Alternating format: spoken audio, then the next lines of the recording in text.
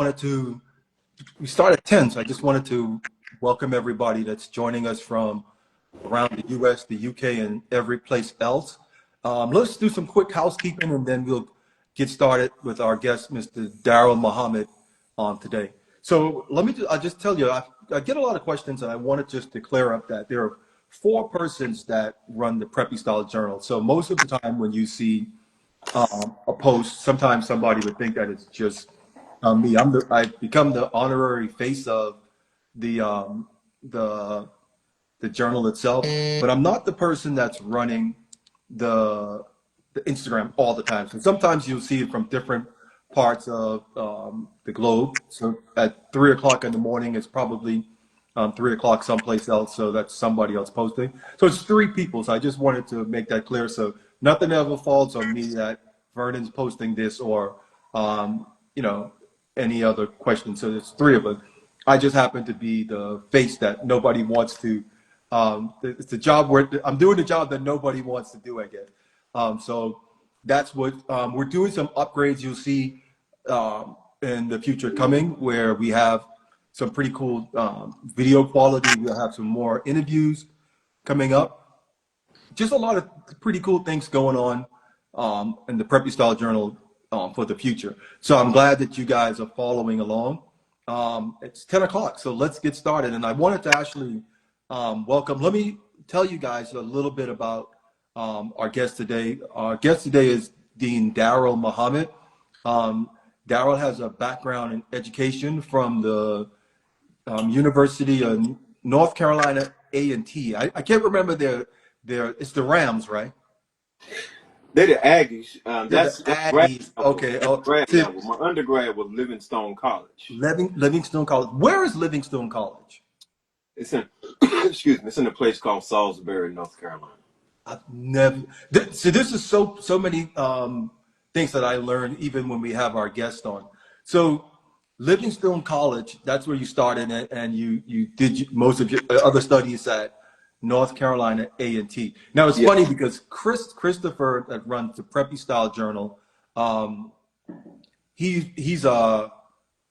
his school's logo is the Rams, and I'm pretty sure if he was logged on and heard me say the Rams of North Carolina A&T, he would have something to say.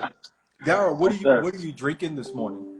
Okay, so first I would like to say thank you very much for inviting me to this platform.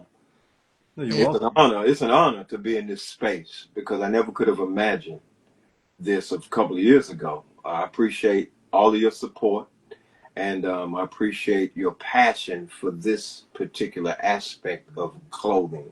Now, you know, I drink coffee every day. Okay.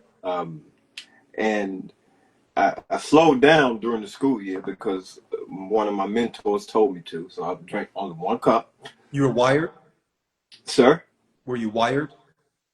I don't know. You got to ask the students. But I think they were talking about health. But anyway, okay. But I got this is it's a house blend from a place up the street. But okay.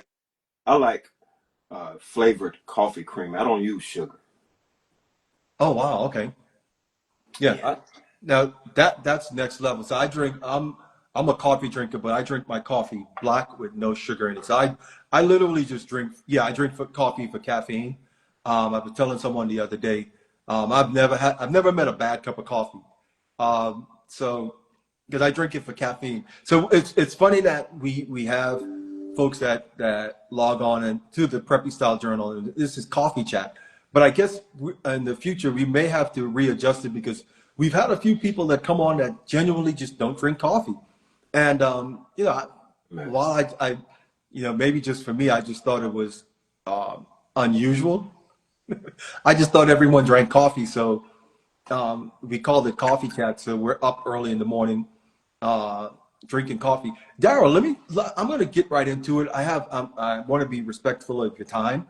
Yes, So I want to jump right into it with our conversation. I met you in the original Preppy Handbook Club, which is a Facebook members only club. Interesting group of preppies, and and Yeah.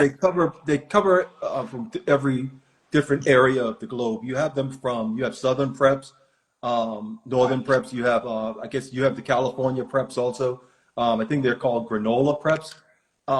So in being in this group, I've learned that there are lots of different preppy versions of prep.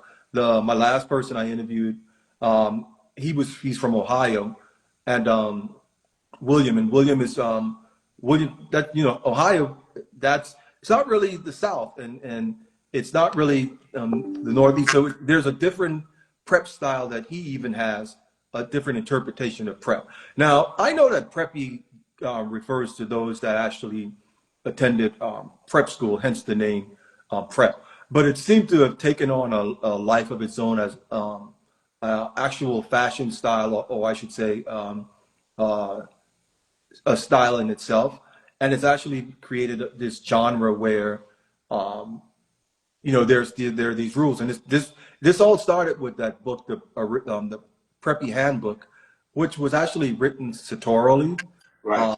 but it's been taken almost like a, like a holy grail in Right. regards to it. Now, you would be from North Carolina. Are you considered a Southern prep? And what was your introduction to this world? Well, me growing up, see, I'm a hood child, and that part of my background gave me a certain foundation. Okay. So I was bused from where I lived in Charlotte, North Carolina. Okay. We lived in the hood, but because busing had taken place, what, I think about 5 years before I Okay. came to high school. So I was a product of that. So they bused me across to a school in Charlotte, North Carolina called Myers Park. Now, if you know anything about Myers Park, you're talking about $1 million homes. Okay. I'm not familiar with okay. Real elite and real upscale. So I went to that school. And in that school, I was introduced to this style. I didn't know much about it, but I was introduced by some black African American peers, Okay. because they were from another side of town, which was considered black middle class. So I watched them, and I liked what I saw, because for me it represented what I wanted to be at the time, was a lawyer, and it represented a status that I wanted to attain, just the clothing itself. Right. So I say, well, if I dress like this, it's in line with where I want to go with my life. Gotcha. So a friend of mine, they would wear a lot of polo. Man, we became polo fanatics. There was a Oh place in wow. Charlotte, North Carolina called L&S Prep Shop. And those who It may still exists? be old like me, Yeah. L&S Prep Shop, you from Charlotte, North Carolina. That was the staple. That was where everybody went to buy polo.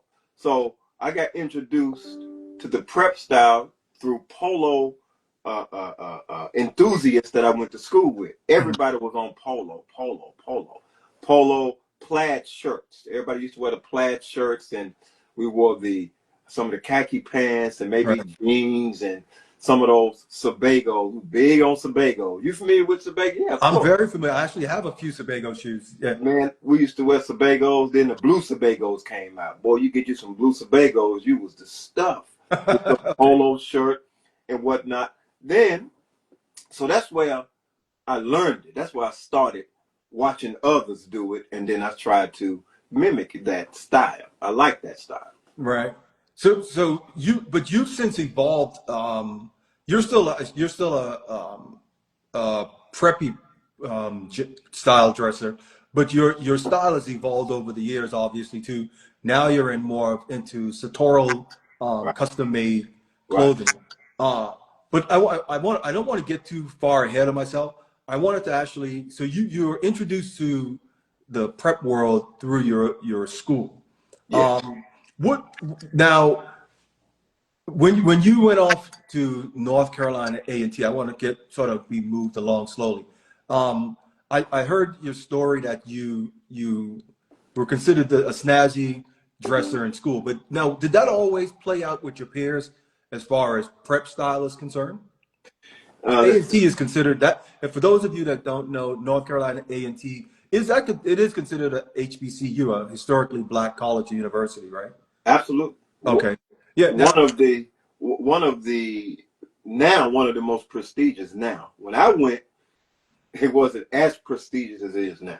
I think Morehouse and Spelman, those would give you if they logged on or any All of right, these. let's do it. Come on now. Let's go. Let's go. Those guys will probably give you, they will see those as fighting words there. But no, I listen, I totally get it. Going in that environment, was prep, the prep style, was that something that was embraced? Okay, so let me go back. A&T was my grad chapter. Okay. Oh, not grad chapter, grad work. Grad school, yeah.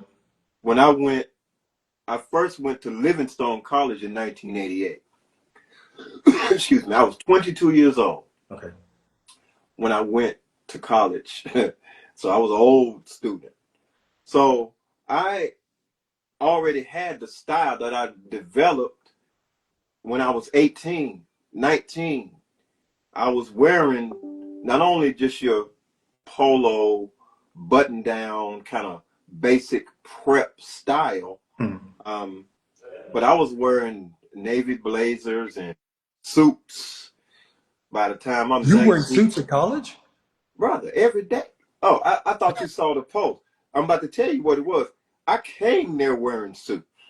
Oh, wow. When I unpacked my bag in 1988 and put it in my room, my closet was suits, sweaters, shirts. I didn't have jeans. Of course, I had some jeans, but I wasn't that person. So what it did was it it activated some envy in some people. You dressing up. So that's what happened when you go to a school like Livingstone. Okay. Which is a HBCU, but they was not like what we would call a prestigious school, upper crust, where students come with a certain level of style. It wasn't that. It was the jeans and the big Timberland boots and the hip hop. This was the 80s. This was early 80s. Yes, sir. 1988. Okay. So the styles were, it was that style. You remember the hip hop. So when I got there, a lot of people from DC and other places, they were jealous of me and threatened me and my group. It was 3 of us. Okay. Wearing saddle bucks and bow ties and sweater vests, and that's what we were wearing, brother. White bucks and with the kiltie on it and spectacles. Oh, wow. This was in the 80s. We were wearing that stuff. So they got jealous and threatened me, but I kept doing my thing. So it wasn't, it appealed to people eventually because I was consistent, meaning it's a part of who I am. Right. I wasn't trying to front just because I'm from the hood. That's okay too. But it's who I was. And it had an impact on a few. So we had like a little group of us that started to dress every day. Now, what? Chris, this is Chris, and this is the beauty of the coffee chat, is that we genuinely have That's right. the audience can communicate, and you can answer them back and forth as you feel. Also, Darryl, Chris said he didn't know he went to Levington. Chris, he actually went to North Carolina A&T. Also, I also made the mistake of calling the school the Rams. So you hadn't logged on yet. So I told them you would find that funny that I call them the Rams. But I didn't go to an HBCU, so I'm not an American also. So there's certain things that's just not in my blood as far as the knowledge of it. I know it, but yes, I know. He said, "Boo! I'm so sorry." He must have went. Look, I guarantee you, he went to Winston-Salem State. Did you go to Winston-Salem State, brother? He did go to Winston-Salem State. Yeah. No, that's the Rams. Listen, hold on. I'm down with the Rams. I'm gonna tell you. When I was in school, brother, Winston-Salem State cheerleaders, not for the beauty of women, but for the sheer skill and passion they used to win. Oh, brother. They used to win those competitions. I love Winston-Salem State. Now, who's Aggie Pride? Who is that? That's That's what's with the A&T, that's North Carolina oh A&T. goodness. So we got That's where I another went for grad school. Yeah. Aggie on here. Here we go. So now the preps. This is right up Chris's alley when you're talking Winston Salem State. Facts. The most popular grad from Winston Salem State is Stephen A. Smith. If you guys didn't know, I probably get in trouble for saying that. I know. Yeah. Yeah. Anyway, Oh, I got one for you. Excuse me for cutting you off. no. What people may have known. It's a controversial figure who is my teacher. The Honorable Louis Farrakhan went to Winston-Salem State when it was called Winston Teachers College. That's that far back. He went to Winston-Salem State when it was called Winston on a track scholarship. Now I know a little bit. Oh, we're gonna come back to that. I want to bring it up because I never knew he ran track. I know he's from he was a Calypsonian, but we'll come back to that. This is the plot thickens on this. So Darryl, keep walking me through this. You're freshman on campus. You're wearing suits at a school every day, and this carried on. Where did this come from? That's a good question. So when I started the prep, when I was in high school, right, years earlier, I was never satisfied in my soul for some reason, and I can't tell you the reason. I wanted to go to the top level of whatever this thing was in dress, and I realized that it went beyond button-down shirts and Levi jeans and Ouija penny loafers. Not that there's anything wrong with Ouija. Level. Yeah, that's what I wanted to do. Right. And I got introduced to that again in high school. There was a guy we called Schoolboy. He used to wear glasses like this. The schoolboy glasses. Yeah. Polo. I never even knew Polo made glasses. And he wouldn't wear Bass Weegens or Sebagos. He wore Cohan. I was like, what's Cohan? So I was inquisitive, man. I wanted to quench that thirst for top level dress. That's how it started. So I kept studying and learning and watching, and I used to get GQ magazines and just try to mimic what I saw, which was another level. Prep style was my framework, and it served as my foundation because most of the things I wear today, you'll see it's centered around something preppy most of the time, not all the time. Absolutely. So Chris said he can officially say that North Carolina A&T is home of of a prep. Okay, we'll say a prep. I don't know if we want to give the whole school that credit. I told Darryl, I said I think Spelman and Morehouse will give you guys all a race when you start talking prep, but that's a whole nother subject. Darryl, now your particular Cohan, I see they also you mentioned. Now I'm partial. It seemed like in my latter years I started wearing more Ralph Lauren, Purple Label. I had someone tell me the other day they were shocked that I had so much polo things in my closet. I have a pretty big closet, but I'm a fan of Brooks Brothers. What and as far as prep is concerned, are there any ones that you're partial to as far as style aesthetics? You mean designer? Designers, yeah. Come on, brother. Or houses. The guru, the style icon, the Ralph Lipschitz, who later became Ralph Lauren. He is my sole inspiration, brother, at that time and even now. Now, have you ever dabbled with different ones like Brooks or Paul Stewart? Yeah. This is a Brooks Brothers suit right here. It's a made-to-measure Brooks Brothers suit right here. Oh, I knew it was something about you I like, Darryl. Oh yeah. Hold on. Now I'm partial. I got introduced to. I'm sorry. Go ahead.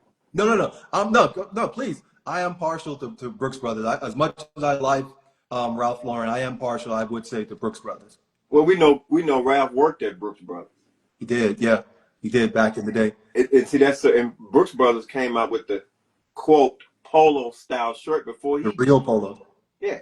So I got Brooks Brothers in my closet, man. I got some nice Brooks Brothers. So it's Brooks Brothers. Mm-hmm. I mean, it's Ralph Lauren. Okay. Brooks Brothers. Now that's in the Ivy prep world. Correct. On this side, satorial, you got Purple Label, which is still Ralph Lauren. Correct. But I have Brioni, Keaton, and above them two, personally, is Paul Stewart. That's my second one after Ralph Lauren, for sure. Uniquely American brand, Paul Stewart. Yeah, Paul Stewart sort of dabbles. It straddles this fence of classic American style, and there are eras of prep that's thrown into it. But what I've tend to realize over the time is that prep, that style isn't locked in so much to the traditional prep. It seemed like it's evolved over the years. What's your take on that? Do you think it's that prep style has evolved and taken on like a form of its own? Let me see. That's a good question. I think that the prep style needs to remain true to its origin, but with that in mind, right. As you get older and you are a person that loves style or stylish, right? If in the prep style, as you get older, you can branch off into those other areas that's similar, but not full prep. Like, for example, I used to wear white bucks, right? And I will wear them, but they have to be different.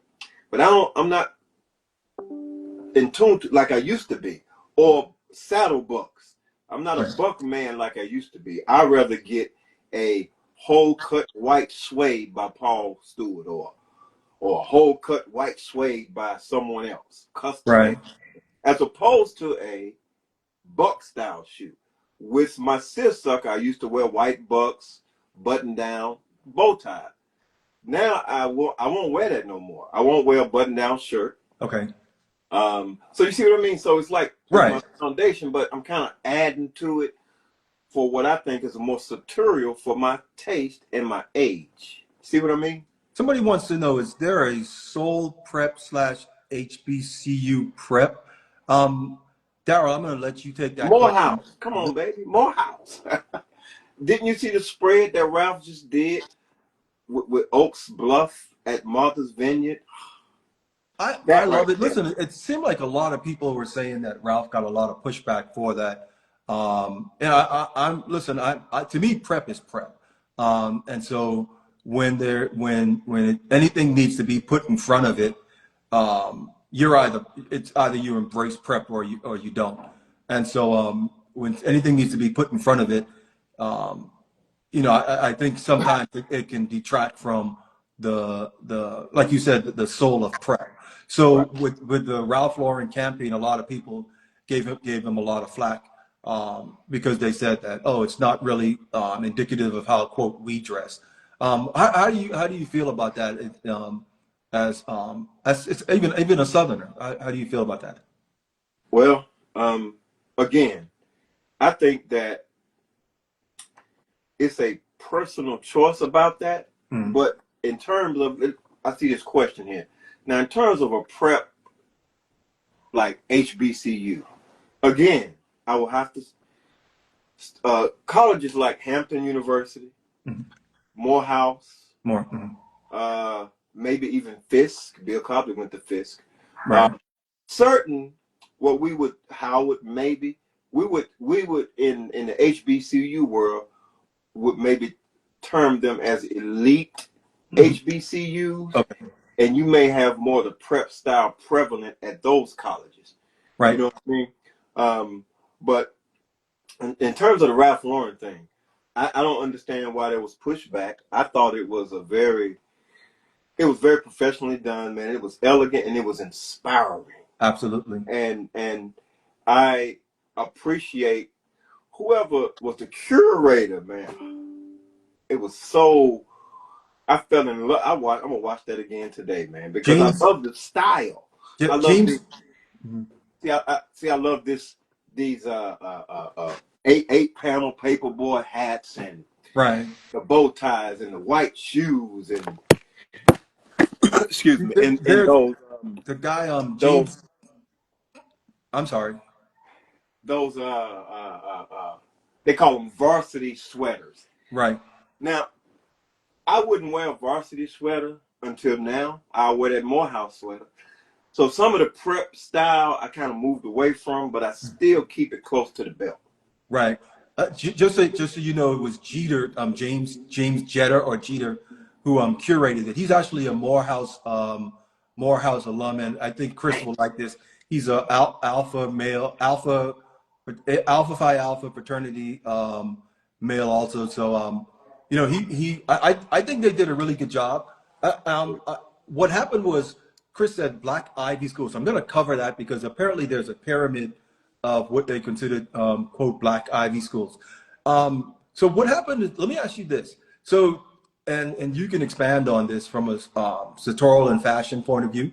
So the pushback a lot of folks that gave Ralph, or I should say Ralph Lauren on this campaign, and I don't want to dwell on it too much longer, was that other brands, whatever you call a quote Black brand, were being washed out, Yeah. not given the proper due because of that. And how do you feel about that? I'll just give you my point of view really quick, and I want your take on it also. For me, it was that Ralph Lauren, as far as the brand is it's a brand that caters to style and class, and most of the other brands, while I can respect it, there was a brand by Andre Benjamin that was called Ben Bixby, and it was really really good stuff. And it didn't get the marketing, but I don't think it was because of who Andre was so much as that it probably just didn't get the push. Ralph is considered a legacy brand. I'll let you expand on it. Let me see.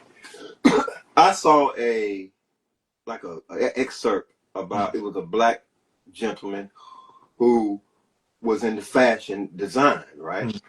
More of the casual kind of prep clothes. Correct. And he was talking about how his t-shirts cost $60. Yeah. And a probably in this latest line, you can get a Ralph Lauren t-shirt that costs $128 or even more. Right. He was comparing the two.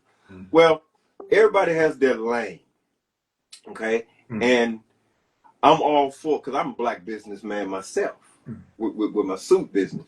I'm all for that. But we have to understand that to each his own and respect what another person in this genre has chosen to represent. We have to respect the culture of style itself, regardless of where it comes from. Right. I respect that more than any personality. So the pushback, that may have been gotten, it's more personal. People take stuff personal, man. And I don't take it like that necessarily, because like I said, I appreciate the whole, anything that's stylish, Right. particularly prep style, because it's a foundation. Anything that's stylish, I have to respect that itself. So Chris said something, I want to cover that before we go forward. And I sort of echo his sentiment too. He said a lot of people think prep means white, whatever, as in Caucasian, Anglo-Saxon. A lot of quote Black brands don't make preppy clothes, so no one highlighted. Chris, I agree with you 100%. I think part of the reason is that I've gotten some pushback for it because for me prep is prep. So I never felt the need to classify it because it would make it seem as if you were a foreigner to prep world. So if you're a prep, I do respect the difference. I think the thing is that if you have to put Black in front of your business to say I'm a Black prep, what happens is now you're saying that this is catering as opposed to just being prepping. And to me, it was just like if Ralph Lauren, let's say, for example, Ralph Lauren's a Jewish male, right? His brand is not a Jewish brand. It's not a quote white brand. It's a lifestyle brand and a class and culture brand. And it's almost this thing to say, If you rock with it, you do. If you don't, totally understand it. And I think what happens is, like, so what seemed like what Chris said is that any brand that quotes, you put black in front of it, there's this expectation to say you have to support it. And you're just like, well, I don't like your product. I don't like your style. And it's nothing personal. Listen, I don't personally, Ralph Lauren, the person, I don't know and personally don't care. I like the products that his company puts out. And that's not a knock against, Ralph Lauren, the person. I like the products that they put out and the designs. It could be anybody behind we all know Ralph Lauren actually doesn't design at all. He's never designed. He's a visionary. So, to say that what it is you start pitting each other to say, oh, you have to support this because it has this letter in front of it. So to me, it was like, I kind of echo what Chris said. And there was this element where, there was different pushbacks because now it becomes a point of elitism. And, in the prep world, there's always these titles that seem to go behind or in front. And for me, prep is prep. It's either you see it, you embrace the culture, because I don't think, the school is always indicative. You embrace the culture or you don't. I'll let you take that from here, Mr. Ron. Okay, so that's multi-dimensional in how I look at it. So, as a black man, African American, I have a personal value. I have a responsibility because of the legacy, right?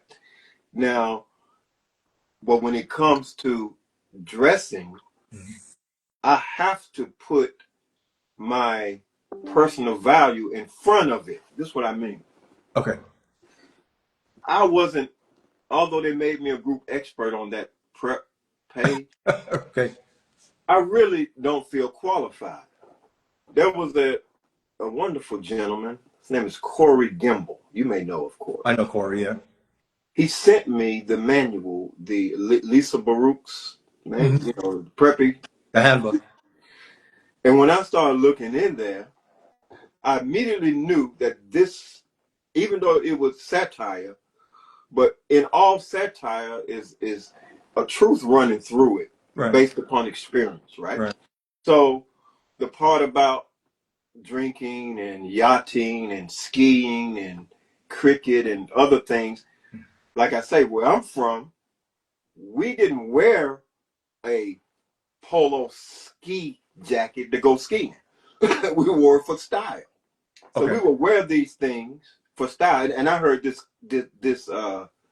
criticism that from our community, meaning black community, oftentimes we wear these clothing made by Ralph Lauren or other prep style producers, maybe like, I don't know, whoever else does it. Right. But we don't wear it correctly because it wasn't meant to be worn going to school. It wasn't meant to be worn at the football game. This is for skiing. This is for yachting. This is for cricket.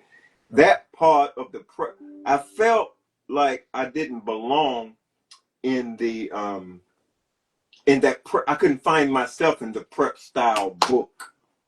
You know what I mean? My own culture, my background. You see, we were prep out of a desire to want to be better people, want to be more educated.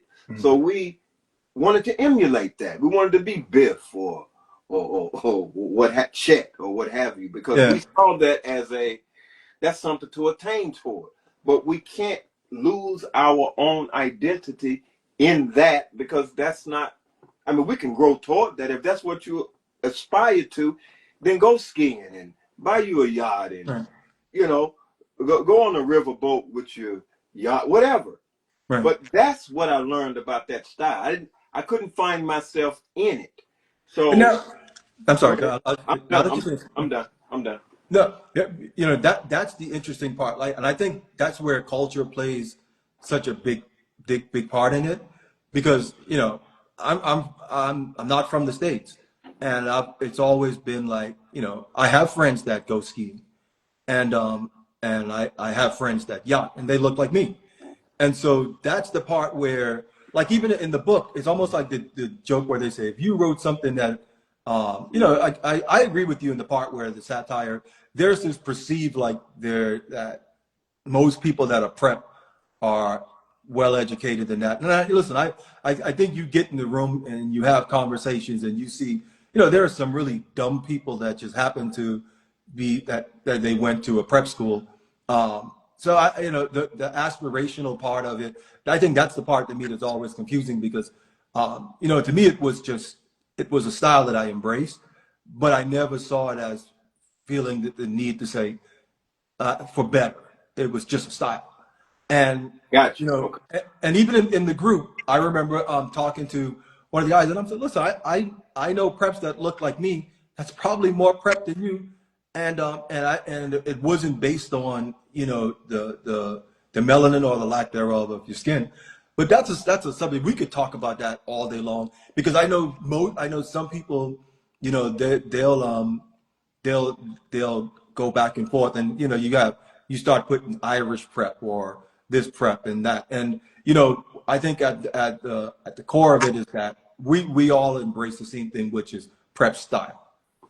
I see a question here from Neil Diamond. Do you see it there? Yeah, I do. Yeah, do you feel the same way about Purple Label? What do you feel about Purple Label, Darryl? It's not prep. Excuse me. And you know what I mean when I say No, that. of course. It's not. It's satorial. It's luxury. It's the luxury brand of the Polo label. Or the Ralph Lauren. The Ralph Lauren. Excuse me, the Ralph Lauren label. Yeah. So for me, that's the highest level in that designer's collection, and it's not prep. Although there can be certain elements like that cable knit, cashmere hood. That cable knit cashmere hoodie that Ralph got, Purple Label. Yeah. That's a prep inspired, but Purple Label to me is not prep. I agree with you 100%. Darryl, you look like when you were saying that you were having a moment with that. You said you would say, if you were in the South, you say, have mercy. Cashmere, brother. Look. Cashmere hoodie. I have that 4 Brooks Brothers cable knit cardigans that come up here. And I have 2 Brooks Brothers cable knit hoodies. But it ain't cashmere Purple Label. you sound like Kanye when you say it ain't Ralph. it ain't cashmere Purple Label. You can see the difference when you look at it. It's levels to this, you're saying. It's levels to this. Yeah. Yeah. Hey, Darryl, listen, I didn't want to close, I didn't want to not talk about, it's interesting because our personalities are layered in certain areas where, even I think there are certain expectations that, let's say if you were, if you were from this place, there's an expectation. They think all islanders, for example, wear linen all year round and live in houses with coconut trees, and all of us live on the water. As a Carolina gentleman, you're a practicing Muslim also, correct? Yes, sir. Indeed. Now I know Conrad Tillard. I don't know if you know Conrad. Conrad's a good friend of Brother mine. Conrad, yes, sir. Yeah, that. And Conrad's been prepped. I mean, I think he could have. I think he could have been a Ralph Lauren model. He could have taken. I think Conrad could have given Tyson Beckford a run for his money as far as style. But Conrad has always been all prep. Now I've seen pictures of Malcolm X, even the Honorable Louis Farrakhan, and these guys are. I don't think Minister Farrakhan wears Brooks Brothers. I don't want to say that, but I knew for a fact that Malcolm X wore exclusively Brooks Brothers. Brooks Brothers, everything apparently. And now is that something that's even to this the culture wise, is that something that's the norm that's gravitated to, or more Ralph or whatever? Well, again, I'm glad that's a good question. So Malcolm, along with other civil rights activists like James Baldwin, Mm. Adam Clayton Powell, Mm. others. They it's what I call Ivy. Correct. Right. So Malcolm would have that style on, like a Brooks Brothers suit, a nice tie, nice shirt, nice Brooks Brothers fedora. Yeah. But we got that from the Honorable Elijah Muhammad, because what he said was, I want you to dress like the businessmen of America, because you're about the business of Islam.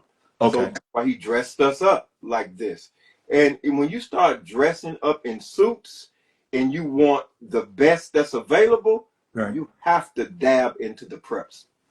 You have to, or Ivy. That's a found. You can't get away from it. You can't get away from it.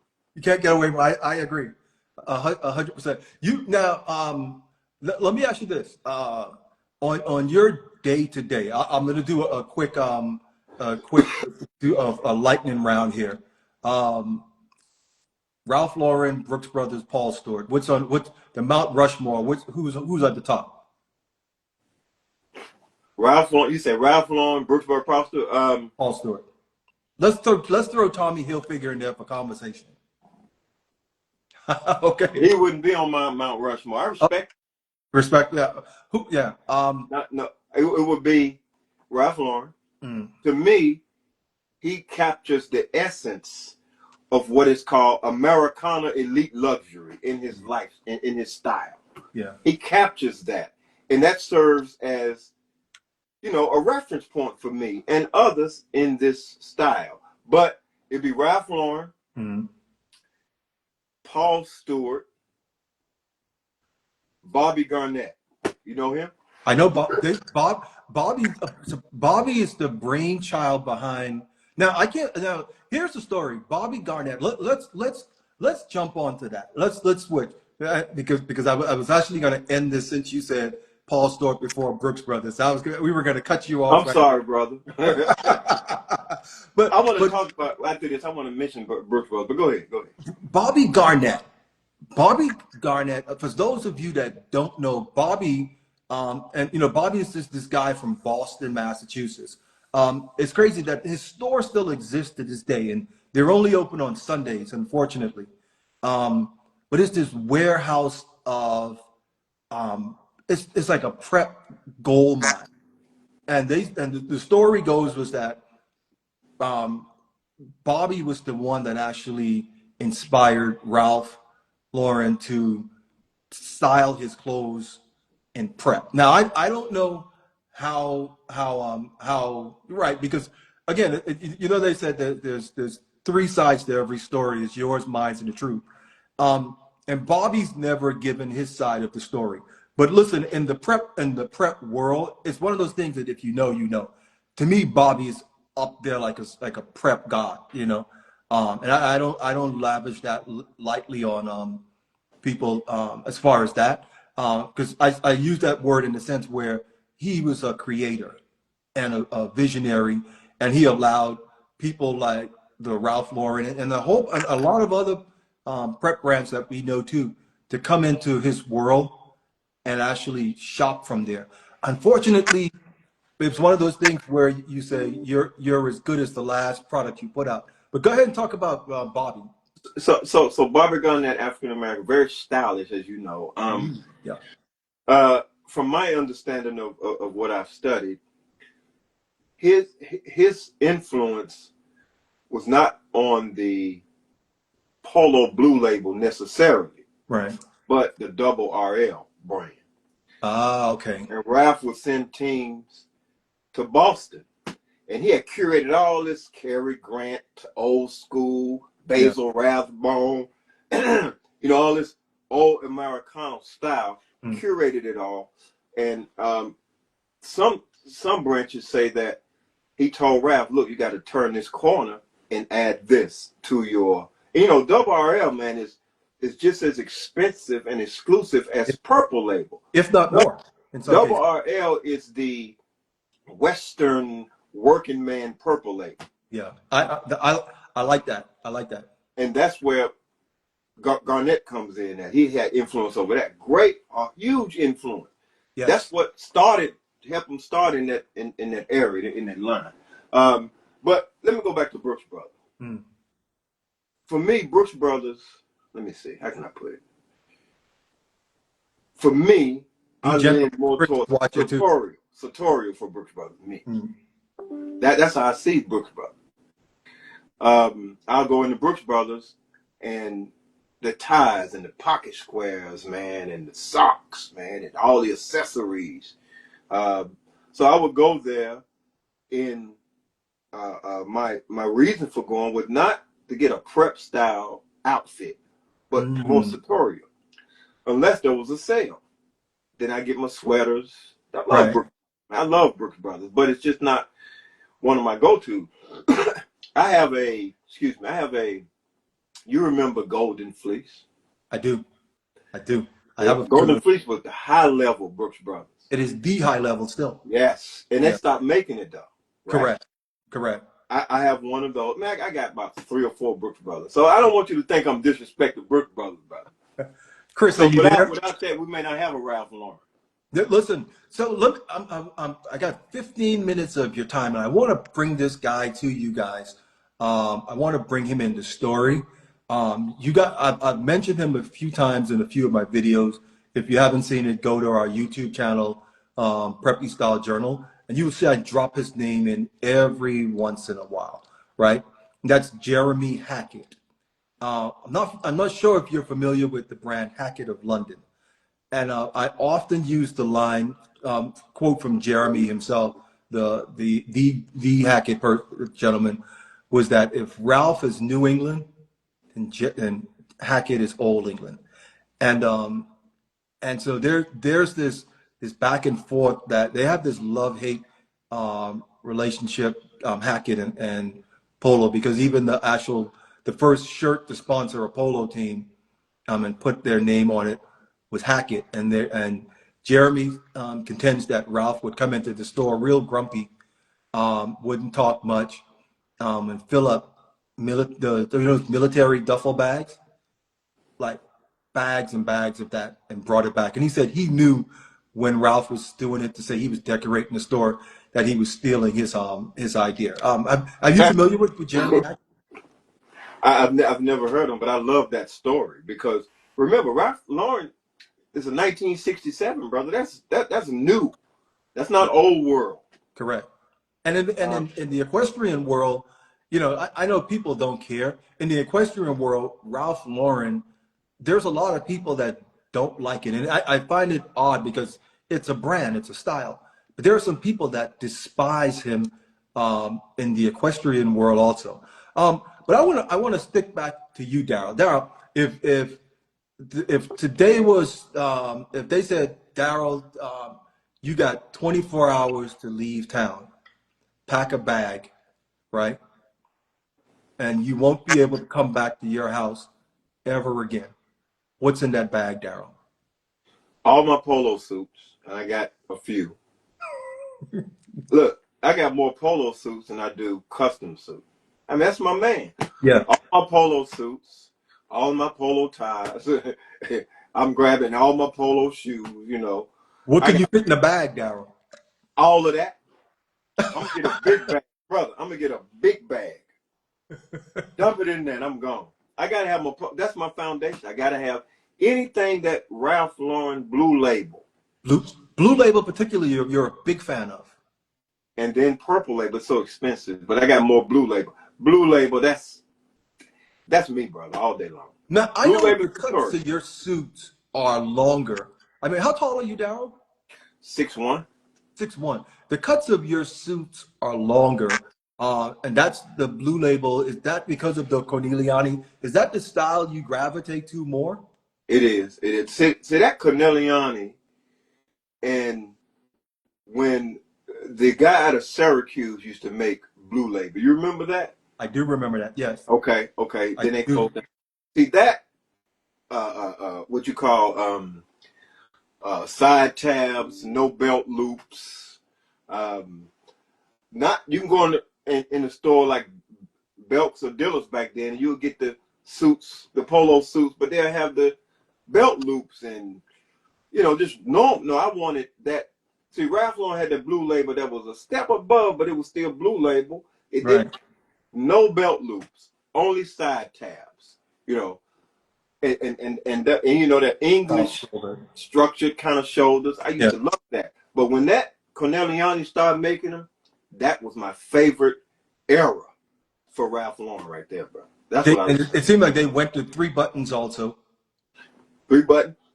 And Corneliano used to make them 3 buttons. They made this Chesterfield car coat. That was Corneliani, man. That was back in 2000. Wait, now I know about the car coat. Was that Corneliani? It was Polo. No, it was in a Belts department store. Belts real upscale down in Charlotte. I know about Belts, yeah. And it was right around the time that Corneliani started it. I think it was 04, 06 when he started. Yeah. I noticed the shapes were a little softer, you know, silhouettes were a little more relaxed. That's what I inclined toward. And it would be Polo, bro. But besides my my bespoke stuff. Right. So you're grabbing a bag. If you had 24 hours to get out of town, you're packing all your polo suits in a duffel bag. Pocket squares, ties, bow ties. I got a lot of polo stuff. I got a lot of it, man. I sold a lot of it too on eBay and Poshmark. I was just going to ask you, have you ever sold any of them? Oh man, yes sir. And I wish I hadn't. Darryl, 10 minutes we got with you. Listen, what do you see the future of prep? Five years from now, you're in the sartorial world. You see how styles come and go. Fashion comes and goes. Sorry, but you know, style is forever. How do you see prep 5 years from now? Let's say 5 years. It's a, how can I call prep? Prep is an institution itself. And it's going nowhere until the end of the world. And as long as the tradition of, I'm talking about the dress, not the necessarily the whole ethos. I'm talking about the style. Right. So that right there is a foundation that traditions goes back to old England, right? Mm-hmm. And when it goes back that far, so it's a foundation, and it will stay and it will remain as long as we respect the rules of the game. Because when you start changing rules and thinking that it's prep, what you do is you undermine the tradition. 100. Wow, 100. Listen, I don't think I could have said that better. I agree with you 110%. So you don't think prep is an institution that needs to evolve with the time? I mean, why? I mean, because Alan Flusser, another one. Oh man, I forgot about it. How can I forget about Alan Flusser? But anyway, Alan's OG, yeah. Alan Flusser said that he wrote a book, Dressing the Man. It said permanent style. What's permanent style? Well, prep is permanent because you can add what you want to it for your personal style, but the rudiments will not be uprooted. Wow. The basics will stay, and you'll build your tree. You know, you put stuff on your little Christmas tree. I'm talking about clothing. Right. Gotcha. Decorate your frame. Yeah. Right.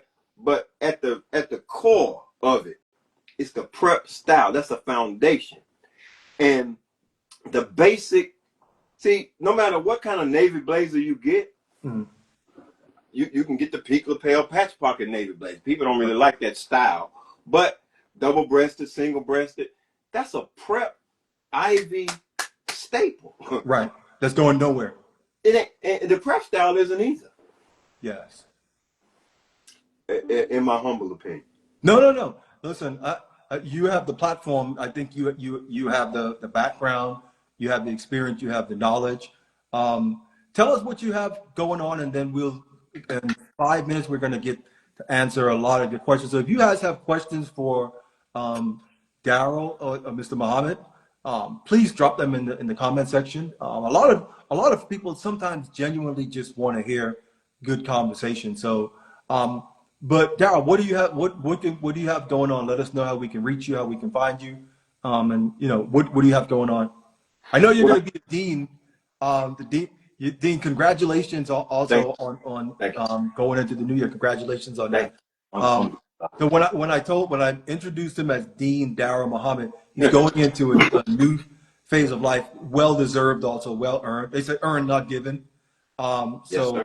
yeah. But tell us what you got going on, Darryl. So right currently, I am I go back to school tomorrow, but throughout the summer, I have been doing a wedding for a couple down in Charlotte, North Carolina. I just provided the suits for the groom and his groomsmen, Okay. and I'm almost finished with that. And next week, I have to do 2 workshops with the teachers. So going forward, I will be representing our school. I'm going to borrow from the Morehouse Oak Bluffs theme, and I'm going to start monogramming my sweaters and my sweater vest so that I could appeal to the students to want to wear their uniforms Oh wow, I and like want to that. wear them proudly. I have to show them that the students, and give me a minute to say this, the students that we serve, a lot of them don't understand, although we have as a uniform policy the Ivy prep style, the navy blazer with the patch on it, the sweater vest and the khaki pants. But they're not inclined toward it. I want to show them that if you have real style and you think you can dress in any genre, if we can use that language. You can Right. dress in anyone if you have a foundation of knowledge and you understand what style is about. See, so that's why I'm going into this into this new year, trying to forge a culture Mm. where I want to at least reach for that Morehouse Oaks Bluff thing. That's where I'm going this year, bro. Hey, listen, I'm all here for it. Do you run 3 different platforms on Facebook, Yes. gentlemen's groups also. Tell us a little bit about that. The name, I want to know the names and what's the story behind the names really quick. Got 5 minutes with you. Okay, so I started in 2023. Started with me and a guy named Swazer Burndeem out of Chicago. We was just talking on the big feeder group called Dress Dapperly in a Casual Age. That's the big group. Okay. So I wasn't satisfied with how I thought a men's group should run. Man, you can run the way you want to run. So I started the Gibraltar Academy with 2 A's. What is that about? Well, the 2 A's is for copyright, just so, for copyright, because 1 A, it may be already used, but with 2 A, that's the only reason. Okay. Now, and the reason why is because the Gibraltar comes from the Straits of Gibraltar, Right. which is the connection from North Africa to Spain.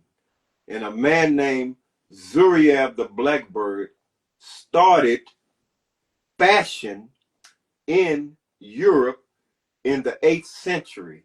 What's his name again? Zuriab the Blackbird. I'll send you information on it. Okay. And Pinstripe. He the one that started the different change in seasons clothing. Yeah. Because before Europeans were wearing cloaks, Correct.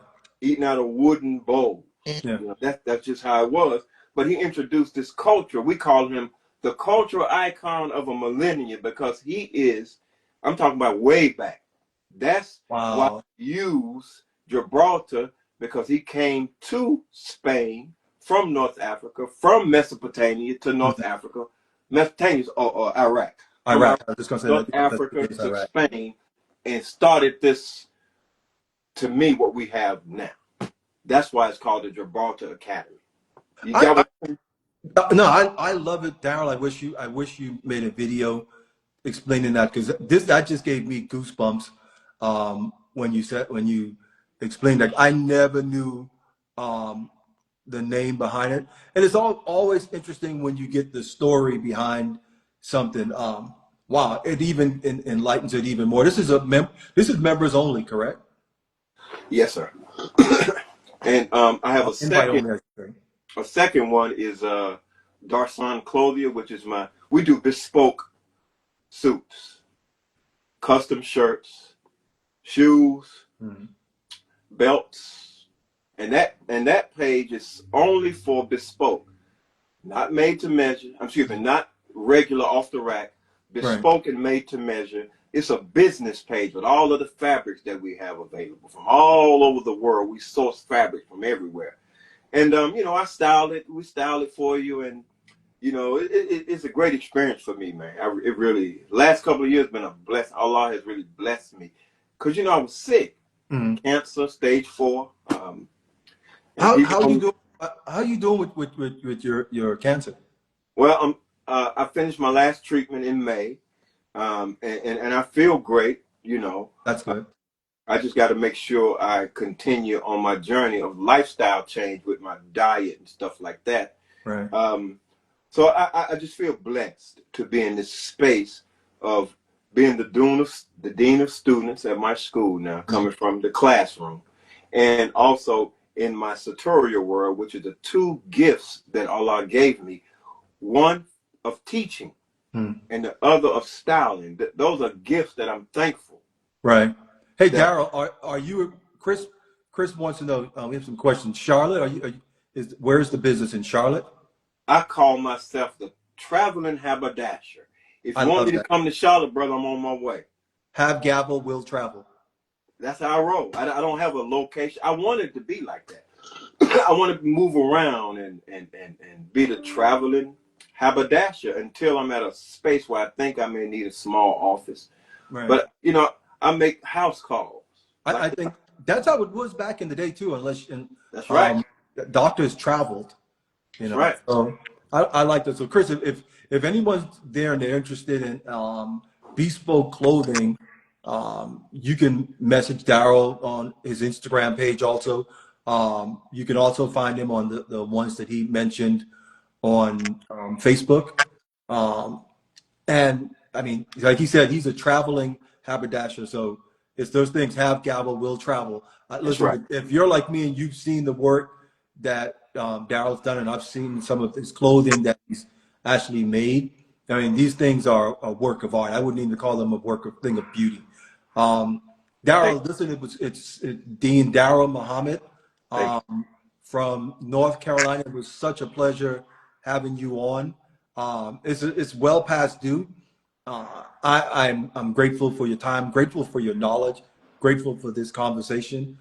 Grateful that you got up at so early in the morning to have coffee with us, and I'm grateful for all you guys that logged on with us from all over where you're coming from. We're always excited. Look out for the next Preppy Style Journal coffee chat. It's going to be always something new, always something unexpected, and something great. Darryl, I'll give you the last word. 1 minute we got. Okay. I want to thank you for being who you are and being available to share this love of the prep style and the ethos with us. I want to thank you for that, and thank you for inviting me.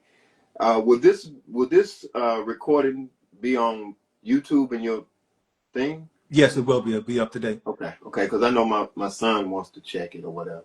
Yeah, it will be up to date. Yes, sir. Well, thank you again, Brother Vernon. You're welcome, guys. May Allah continue to bless you in your endeavors, and congratulations on your daughter's success.